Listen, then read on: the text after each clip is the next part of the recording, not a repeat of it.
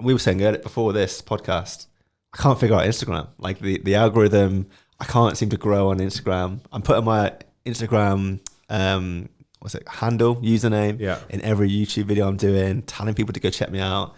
But I can't seem to grow. Like I just think the odds are against you if you're on Instagram in 2020 compared to like last year. What I think's a glaringly obvious thing probably on your Instagram is that you don't do much stories. Like you look at stories almost like the stories on YouTube where you put key stats or key things onto your professional. That is a rookie mistake. I thought we were on silent. Oops. On YouTube you can put key stats and key things onto your YouTube stories, but your Instagram story should be active 24/7. It should be an insight into your daily life. Like I feel like, depending on your brand, but like you could give people an insight into your world, similar to what this podcast is. Like it gives them another understanding of you as an individual rather than just Greg that they see on YouTube. And just like our guest that'll be coming on next week's podcast, he described his daily. So he's got a really polished Instagram feed, but on his story it's him. So it gives your audience an opportunity to get to know you and sort of learn about you more. Yeah, that might be good for retaining people that have already followed you and subscribed to you, but you don't get found through stories, do you? Yeah, you do, yeah. Yeah? Yeah, you can do, because your stories can come up on the discovery page, I believe. Yeah, they do. Oh, okay. And also the interaction. So on the Instagram stories, if you put on questions or you put on the swipe, like love arts or ask questions, polls, or people can find that and then if you put hashtags into your stories, people can find you through the hashtags. Yeah. So like when I put stories on mine, I get random people like answering questions and for real. Yeah, like just random accounts, and that's how you get interaction on your profile. So like today I got approached by a brand for a sponsorship deal to say, look, if we send you this product and we'll do you like affiliate link and all this sort of stuff, do you want to work with us? Mm-hmm. And it just goes to show that if you have got an interactive Instagram feed, it can work. I see Joe's got my Instagram account up now. Is this rate my account? Is it? I was just looking. The tables have turned. I think maybe create a theme. Yeah. Yeah, at the moment I kind of just dump the videos that I make on YouTube. I dump like little mentions of those on the feed, so people who are on my Instagram know that a new YouTube videos come out. Yeah.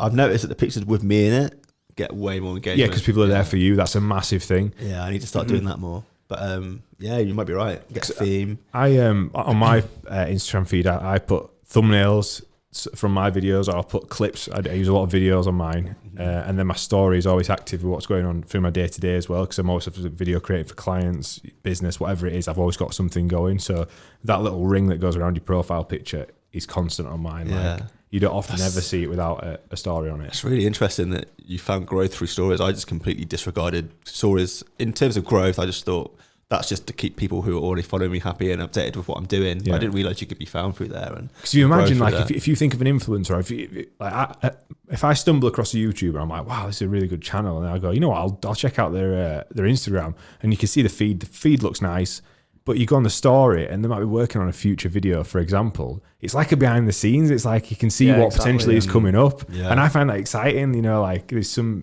big YouTubers that I follow, and I can see, right, this video is going to come out soon because it's give a behind the scenes look at what's coming. I'm going to get a story of this and start practicing what you're preaching here, Josh. Yeah, I mean, I was just trying to think what mine looked like at the minute. It's like my story. Yeah, so I've got from yesterday's podcast some pictures on there. Behind the scenes from this morning working and my job list. I just keep it as active as possible all the time. Like when I went to France at the beginning of the week, it was just the trip, the clients, the athletes that we were working with, the whole journey.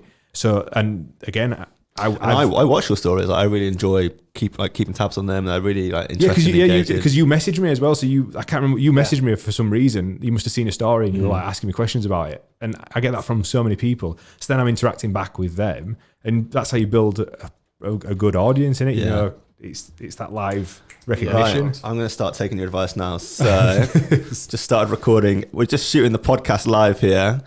We got Joe over there in the corner. I didn't know we were on that. I thought you were filming, Josh. And Josh is just telling me why I should start using stories and how powerful they are to grow on Instagram. So here's me doing that. All right, cool. So I'll save that later on. All right, well, if you want to see that story, go over to the Starting Up Instagram page.